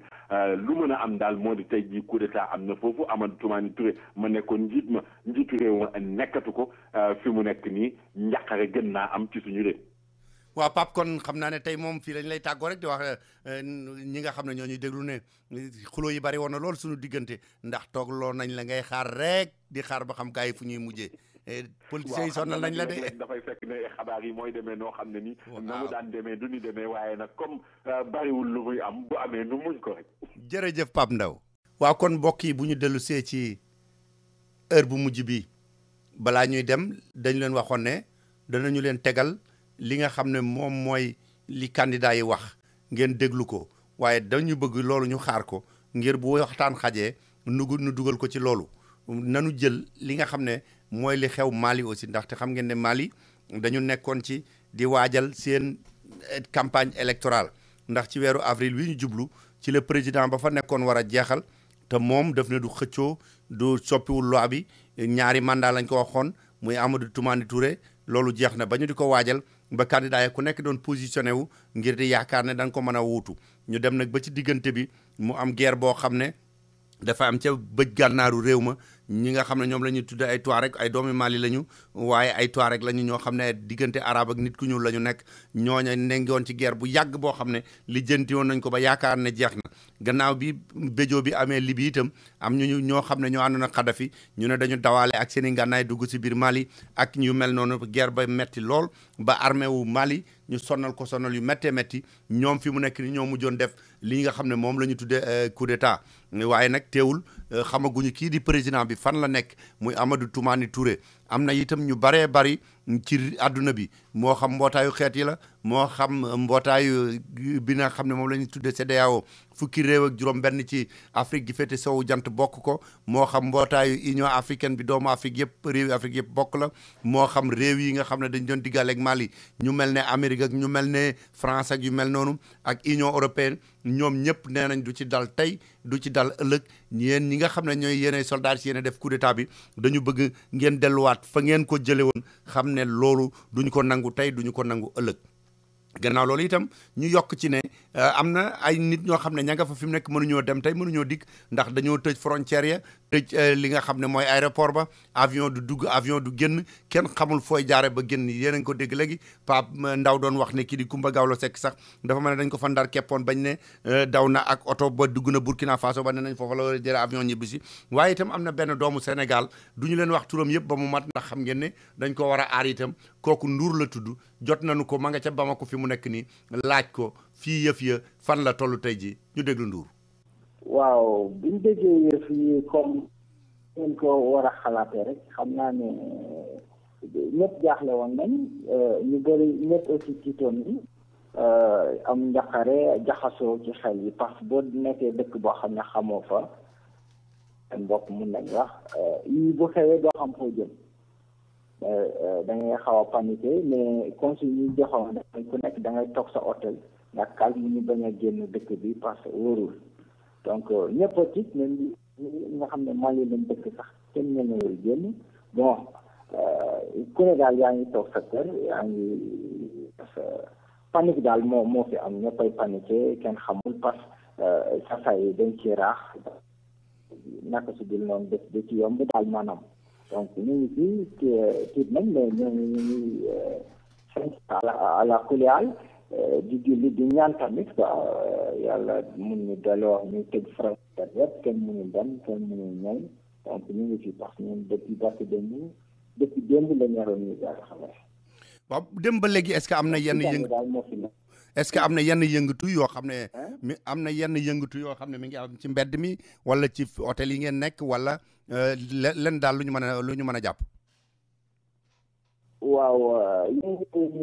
c'est vrai que am na mais mun naa jàpp ne bëccëg bi yëngu mais nag guddi gi aussi comme niñ koy kii rek lu xew dafa am caaca yu bu si rax parce que même ñun fi hôtel bi ñu logé woon démb jóge nañ fa tey suba bi tegee ba ci guddi gi 9 heures de xaaj 9 heures et demi ci guddi am na ay ñaari kat yu fa taxaw ñoo xam ne dañu yor ay armes yor ay tenue militaire ñoo ñëw foofu gérant bi sax wax nañu ne gars yi dañu mandi ñoom ñu téye seen butéelu bière ñoo teg ko sax parce que na leen woon gérant bi ñu ubbi coffre bi jël fa 3,6 millions francs CFA provision yi fa nekkoon ci restaurant bi lekk beeg yooyu boisson yeeg bière et tout ñu ramassé la fa nekkoon dóor nag day tox ci kaw comme tiital ne ba kenn dootu ñeme wax kenn duñ ñeme génn buñ defee loolu dañ rëcc dóor tiréwuñu kenn gérant bi nag parce que la xawoon nañ ko duma tuuti rek gisuñu ko nag te si suba dama xëy na dem hôpital après noonu lañ def delluwaat def 9 heures dem ci guddi après ñu dem boobu ñun ñu ngi ci xaw man gis naa leen maa ngi taxaw ci balcon bi di leen fekk bon noonu lañ def dem bon bu ñu xëyee te aussi ñu changé hôtel parce que wóoratul xëy fekkuñ fa loolu mun nañ dégg ñu chambre yi di xool ña fa nekk bon noonu lañ def delluwaat ci ñu demoon salaam léegi gars yi dañuy regroupé maintenant dans 2 zones ñeneen ñaa ngi salaam ñun ñu ngi ci beneen sax bu nekk fii Bamako pour que bu solution amee ñu mun ñu évacuer en groupe quoi comme ça ñu bañ a waaw lan nga mais bëccëg bi nit ñaa ngi circulé ci moto yi ak taxi yi surtout gis na car moto mais dañu ne nit ñi daal taxi yi amul problème mais boo génnee ci ville bi da nga gis ci yenn endroit yi patrouille les militaires la en groupe ñu taxaw ben nit ñaa ngi circulé di ñu attaqué wuñ kenn ci bëccëg bi mais guddi bi foofu la ci côté coow li nekk couvre-feu bi à partir de 6 heures ci ngoon la ba 7 heures ci suba. waaw ndax am na lu ngeen dégg ci ki jiite woon réew mi di président Amadou Toumani Touré ndax dégg ngeen ndax mi ngi foofu am na ñu naan dem na wala yooyu ak itam ñi nga xam ne ñoom ñooy junte militaire bi. waaw Amadou Toumani Touré moom yaakaar naa ñoo ci bokk yem ñi ngi wax def na militaire yaa ngi wax jàpp nañ ko mais li ci mën da am rek kenn amu ci firnde parce que génnul télé wax ñeneen ñi ne ñu wax ne daal génn na militaire yi ne nañ téye nañ ko te mu ci benn endroit bu wóor duma kenn duñu laal kenn mais en tout cas moo ngi ñoom bon déclaration Amadou Touré kenn xamul ba léegi fan mais militaire déclaration bi ñu def aussi ñu ngi ñaawlu yenn ñaawteef yi nga xam ne yu rax ci ñoom wala yenn militaires yi ñoo koy def parce que ñu ngi dugg ci yenn boutique yi station ubbiwul ñu ngi may wax ne sax litre essence bi 1500 la jar instant parce que ñu ko jot am station yi nangu seen xaalis et puis def seen oto yi def ko plein dem donc station instant yi ñëpp a tëj ñëpp a daw dem donc am na ñoo xam dañuy profité aussi dindi nañ ci yenn administration sàcc seen ordinateur sàcc seen matériel ak yoo xam ne seen jumtukaay yoo xam ne kenn xamul ordinateur yi parce que fàtte naa sax hôtel bi ñu nekkoon jël nañ fa benn ordinateur même à la douane par directeur général de la douane génn na télé mais na gars yi jaar nañ foofu am na matériel bu ñu fa jël pour ñu reprendre liggéey aussi foofu ñu mettre ak matériel boobu en place mais le commandant de le capitaine là di dirigé mouvement yi aussi muy ñaawlu affaire acte de vandalisme yooyu te muy naan nit ñi nañ teg armes yi bàyyi xootal nit ñi loolu bokk ci nañ arrêté ku pension yi ñuy dee ci ngelaw bi di tiital nit ñi te aussi bàyyi alal nit ñi ñuy jël te bés bu fis dina am te ñooñu ñëpp duñ leen jàppee dinañ leen jugé ñu ngi koy ñaawlu voilà xanaa yooyu yëpp ñu ngi koy jéem a téye aussi seen loxo am na yu ñu si jot a gis si télé malien bi vraiment nangu na ci defatu ñaawteef yooyu réseau de quelque fois da ngay gis ay fauteuil yi ay ordinateur yi ay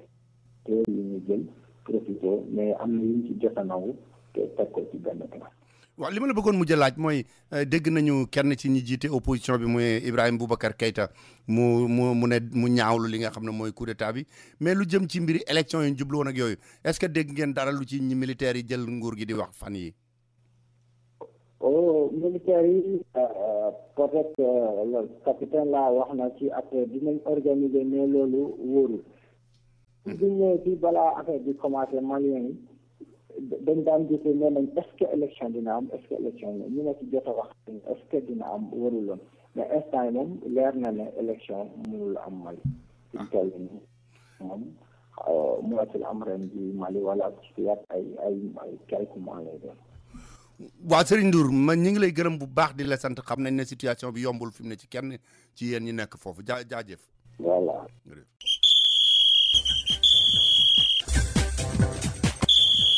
kon léegi mbokk yi li ñuy def nañ daal di ñëw ak yéen ci wàllu tàggat yaram bi waxtaan wi ci sëq ak El Hadj Malick Ndiaye tàmbale ko ci football ak moom balaa ñuy ñëw ak yéen ci li nga xam ne moom la ñaari candidat yi mujjee ubbee ko waxtaan wi. li ñu jëkk laaj Malick Ndiaye mooy coow li nga xam ne moom lañ doon romandaat naa nar naa am ci diggante Amara Traoré mi jiite woon suñu gayndey football yi ak fédération sénégalaise de football ñi nga xam ne ñoo ko jëloon te dàq ko mu ne nañ ko dàqee du yoon te am na luñ ko ameeloon mu ne dana leen yóbbu tribunal dafa mel ne loola tey jii am na ña nga ca jàkkaarloog fa ma xam ne nekkee benn. dem nañ ko kay moom sax biir mu ndar la kii ba xam nga moom ndar la yóbbu affaire bi léegi nag lañ ko doon acté ndax ñaari plainte la baax nañu koy fàttali bi ci njëkk daf ne leen ko def salaire janvier ak février fay ñu ko bi ci topp mooy lañ ko dàq ndax boo xam ne tegul benn ci yoon yooyu yëpp tey jii nag juge bi càmbar na mais audience boobu référé social lañ ko ooyee nit ñi duñ ko fekkee duñ ko seetaan bu dëgg da avocat yi ñoom ak tamit moom plaignant beeg ak ñaari avocat yi bu fédération ak tamit bu xol léegi te ji dàq ñaari yëpp ak bu njëkk bi nag li nga xam ne jëm si wàllu salaire yi ñu jàpp nañ ko le fait maanaam place bi ñu technique ci ci def nag comme ci li nga xam ne moom moo nekk nag wàllu licenciement dàq bi ñu ko dàq position boobu nag jàpp nañ ko ci li nga xam ne moo nekk ñetti fan ci affaire bi ñu technique donc ñu ngi mel ni rek dañuy jouer ak prolongation yi amoon ci kan bi ginnaaw ba gaynde amee jël bi nekk fa li nga xam ne moo nekk te bataa waaw ci jamono boobu ñuy wax mbiru Amara bi ba tey ci football politique bi jaaroon na fi ba tax am yu tax mu arrêté woon ak ay yenn jafe-jafe yi affaire kan beeg waaye teewul fi mu nekk nii première phase championnat bi pare na. waaw moom kay jeex na waaye nag li ci mën a jàpp moom moo daal jàmbaaraat nekku na ci jàmbaar daal mooy jàmbaar équipe bi nga xam ne nag kii di fekk ak tamit ay anciens joueurs ku si mel ñoom partie général ñoo ko taxaw fële ca Saly ñoom daal ràññeeku bu baax a baax ci xaaj bi nekk ndax ñoom ñoo jël ak premier ci poule A bi équipe boo xam ne daal di football boo deful nag war na foofu ñaan Barcelone poule B bi nag Casa Sport moom moo ko dominé ginnaaw bi nga xam ne tamit ñoom tamit Ligue des champions ndaxte ñaari équipe yi bokk nañ équipe bi nga xam ne ñoom ñoo gën a am football alléchant ci wàllu championnat bi waaye tamit ci Ligue 1 bi ba tey gis nañu ne équipe bëri am na dàqañ seen entraîneur équipe bi ci mel ni jógee football club bi jógee Samba moo ko war dàqañ jógee fekk jógee ñaari tali tàqaliku ñu ñëw ak ki nga xam ne moo nekk Samba Keita fal ki nga xam ne moom moo nekk Abdoulaye Ndiaye di ancien coach boo xam ne def na yor sport ak loolu daal la ñu ne jàpp ci wàllu Ligue 1 bi di fàttali fàttali bi Jàmbaar na jiit ci poule A bi ci poule B bi équipe bi di Casa Sport. waaw léegi xam naa ne sunu maas gi maasee nekk ay mag te doon suivre football moom li ñuy wax ci mbiru Jeanne d'Arc de Dakar neexu leen équipe bi mi ngi ci jafe-jafe yu taratar. waaw daam léegi sax muy football Sénégal daanaka ay grâce nax ko ñoo ñoo ci def ndax léegi daal daanaka li xale yi wax Jàmbaar moo ko yor moom moo xew waaye nag buñu faati ci wàllu Jeanne d'Arc seen jafe-jafe yi tar na trop ndax ci bi jé sax nañ ay ñeenti fan yoo xam ne ante nañ ko sañ ren 4 mois de salaire loolu nekk mbir moo xam ne ko mës na ko ba par ñu presse bi jot ci li fi daal ñu naqari ñëpp chaque jour boo leen ooy dañuy réunion gis nañ Serigne Mbacké Ndiaye parce que li ci xaw a doy waar moom mooy dañ bëgg a équipe Serigne Mbacké Ndiaye ñu ne amoon na licence Jeanne d'Arc de Dakar loolu nag ci li nga xam moom moo nekk nag ci wàllu bi ñuy nekk xale bi ñu nekk ci kan mais comme Serigne Mbacké Ndiaye du dara sax waaye moom daal nit koo xam ne dafa santé négativement bi image daal jafewut yoo xam ne dal xel la mën jël équipe jox ko loolu tax sax su mel ni ay Moussa Ndaw ay Lamine Diouf ay ñi nga xam ne ñoo nekk région bi ñoom suñu tamit nit gën a xam moom moo naqari seen xol te nit ñi gën a gis moom mooy lakk bi nga xam ne boo defoon dans suñu sio équipe bi doo am ay difficulté gagné ak loolu tamit wàllu kooku yi tamit trop ak tamit siro nga xam ne ñu ci def fakat ñaari gendarme yi nga xam ne am na daam daal suñu toll nii équipe yi traditionnel yëpp boo defoon ndànk daal ñoom réunion ne maanaam xëy dem parce que li nga xam ne mooy relève bi si bàyyi kay teewuñu ko coow li bëri na xëccoo li bëri na waaw léegi bu ñu jeexalee lu jëm ci bëre dóor Eumeu Sène ak Lac de Guiers seen jàkkaarloo bi ñu doon wax mujj nañ ko def. waaw mujj nañ ko def loolu nag mi ngi am lundi bi ñu génn seen Maguilane di benn dalal na ko local ci seen Dakar yi ñu ngi ci xaw a jaaxal ni Lac de Guiers bi ci podium bi dafa tax fii dafa daanaka xaw naa daal xam nga loolu nag dalul xel ngay uti ci suñu bëre bi di tax da gendarmerie dalul xel waaw ci Eumeu Sène tamit ñëw ànd ak forme bu mat sëkk ñu ànd ak forme bu mat sëkk barke ñu ne ñoom ñaar ñëpp kenn du ci maanaam xaragal combat ku ci nekk dañ koy fay sa war wax sa ak ko defee bés ba sax maanaam fier ak ñu dëgg na si ñu bëri ko bëri boo xam ne bëri bu doy waar lay doon bu neex lay doon ndax suñu bëri woon bëri bu njëkk ba mu defal machine ñu nag Lac de Guiers daal la ñu waxoon ne moo doon daw yi ba sax ñu amoon ay jafe-jafe Eumeu Sène nag ñu commencé am seen solo ndax moom mooy guléet bi nga xam ne sàqaliko na say jeunes loolu nekk ba créé équilibre boo xam ne tay si ngéer la boobu nag lépp a koy xaar mu war a nekk nag sorteen bi jëkk ginnaaw depuis bu tay si ngéer diggante nag Lac de Guiers de Alaaji Malick Ndiaye maa ngi lay gërëm di la sant ñu ngi sant di la gërëm bu baax daal jërëjëf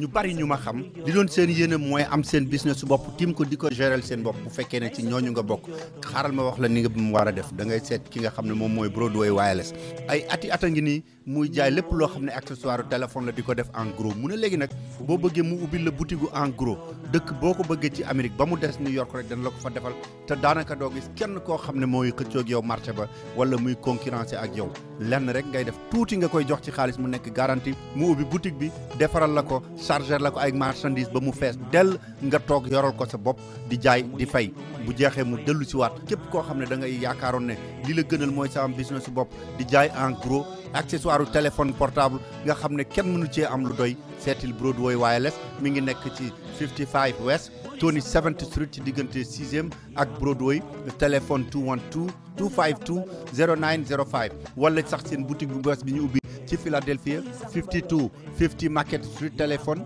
215-921-6580 wala nga woo Amadou directement ci portable am 718-290-4944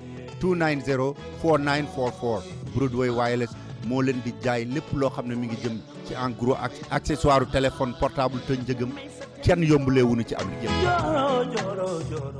waaw kon li nga xam ne moom lañ leen wax ne dañ leen ko tënkal ci li kandaay mujj a wax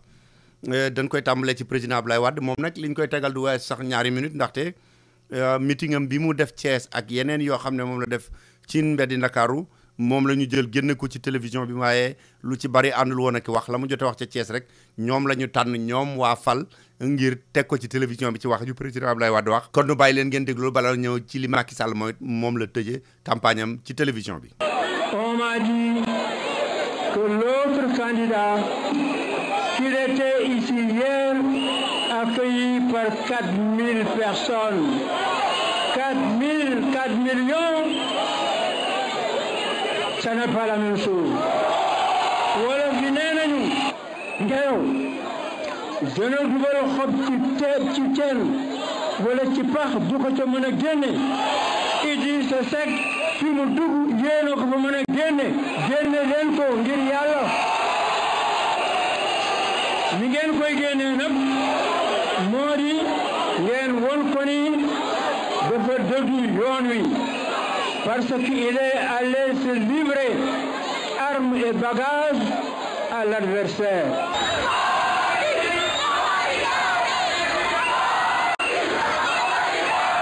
ku bare doole mën ngaa baale dem leen ngeen jëli ko mu ñëw fi mu dëkk mooy Thiès fi mu dëkk mooy la communauté du Sopi fi mu dëkk mooy la grande communauté du libéralisme démocratique que j'ai créé dem leen ngeen jëli ko maa ngi nuyu les représentants des chefs religieux notamment de Tivaouane et du khalife général des Mourides, dit remercier Béthio Thioune, le chef Béthio Thioune, qui est mon frère et mon ami, qui a pris l'engagement d'aller sur le terrain, de s'engager lui-même pour la victoire. gannaaw kon bi ñu dégloo candidat Abdoulaye Wade ba mu wax la mu wax ca Thiès Macky Sall itam déglu nañu ko mu wax ca ñi nga xam ne bi ñu gisee lébu yi la ba mu fa jógee dem Géejawaay li mu daanelee mooy lii. ngeen jàppale ko may ñu ndam ma ñëwaat tey sama tànk bopp ëllëg de bu ñu yàlla jàppale namm naa man am une collaboration très étroite avec la collectivité de Lébu très étroite maanaam ñu delloo leen li ngeen moom ñu delloo leen seen place mooy collectivité bi feeñ ni mu war a feeñee benn ci institution yépp nag laa wax ndax lu jaadu la ñaar li ngeen wax ci wàllu suuf si dafa laaj étude waaye dinañ am ouverture d'esprit pour ñu taxawal commission yuy saytu lool ñu xool ko surtout que mbirum suuf si réew mi dafa laaj ëllëg vraiment ñu saytu ko d'abord xam fu réew mi toll ndax lu bare jaay nañu ko tey jii xamaguñu exactement kan mooy propriétaire dëkk yi kan moom àll bi parce que gis nañu li xew mbaan gis nañu Mbambilor mais loolu moo feeñ est-ce que jaay ñu lépp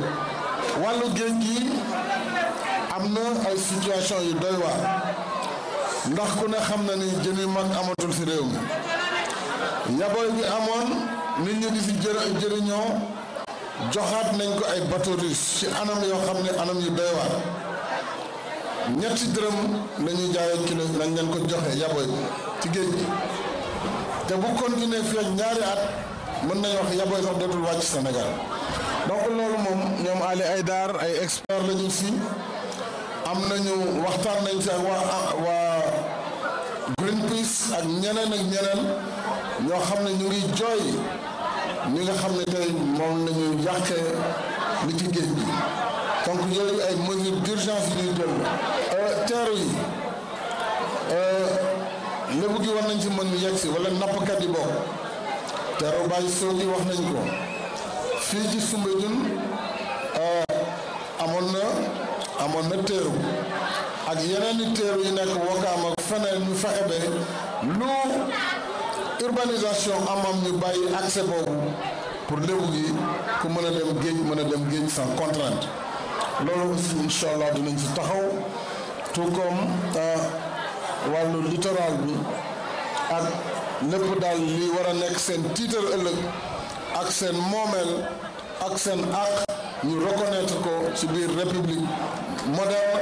waaye ñu xam ne fii Cap-Vert tam communauté lébu moo fi ne communauté lébu dafa am nu mu bindoo dafa am ay kuréel kon ñu sàmm leen audience itam d'accord naa si at mu ne xëy na war na mën a am benn grande audience wala ñaar yoo xam ne le président de la république mën na recevoir toute la collectivité lébu pour déglu leen waxtaan ak ñoom sàkku si ñoom itam ay conseil sàkku si ñoom jàppale li nga xamante ne depuis l'AOF moo fi amoon Senghor continué ko kon loolu dinañ ko dekkil bu ci yàlla àndee. mbokku Géejawaay li ma leen bëgg a won mooy mi nga xam ni noonu la nguur gi di lekkee seen alal boo waxee damay wàññi dund gi ñu ne la mënul nekk alors je vais vous prouver que mën na nekk boo jëlee budget 2012 bii ñu nekk di nga gis ay rubrique yu doy waar yoo xam ne alal ju bëri la ñu jël benn bi lu toll si juróom-ñaari milliards ñu ne investissement aéroportuaire AIBD muy aéroport de Ndiass alors que aéroport bi am na redevance aéroportuaire bu koy fay kon je vois pas pourquoi ñu jëlaat 7 milliards jagleel ko aéroport nga ñëw di ñu jël réserve de gestion kenn xamul lu mu doon xam ngeen ñaata lañ si def ñaar fukki milliards ak juróom 25 milliards nga ñëwaat beneen rubrique ñu tuddee ko crédit globaux ñu ko def 25 milliards 232 millions ak lu topp xam ngeen ni de boo ñëwee 4 milliards intervention d'urgence ainsi de suite boo ko xool yaa ngi mu am 17 milliards yoo xam ni nee nañu participation financière de l'État au total c'est pas moins de 170 milliards la mën a récupérer ce budget 2012 170 milliards yooyu dañu si def lu toll si 50 milliards pour njëg yi ak pour dund gi donc vous voyez il est tout à fait possible de réduire les prix des denrées.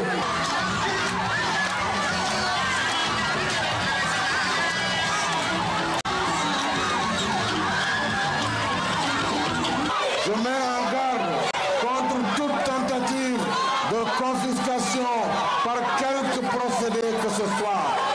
Je dis très bien et j'invite l'ensemble des éléments de la force de police nationale et de la gendarmerie à n'obéir à aucun ordre illégal au soir du scrutin le 25 lorsque des perdants tenteront par des voies détournées ou une légalité fausse d'essayer d'imposer des positions. Le peuple fera face et nous ferons face. Je saisis cette occasion pour mettre en garde solennellement M. Babacar Diagne, directeur général de la RTS, qui tente à travers le réseau FM de la RTS de publier des résultats qui n'auront rien à voir avec ceux qui sortiront des urnes. Un homme averti en vaut deux.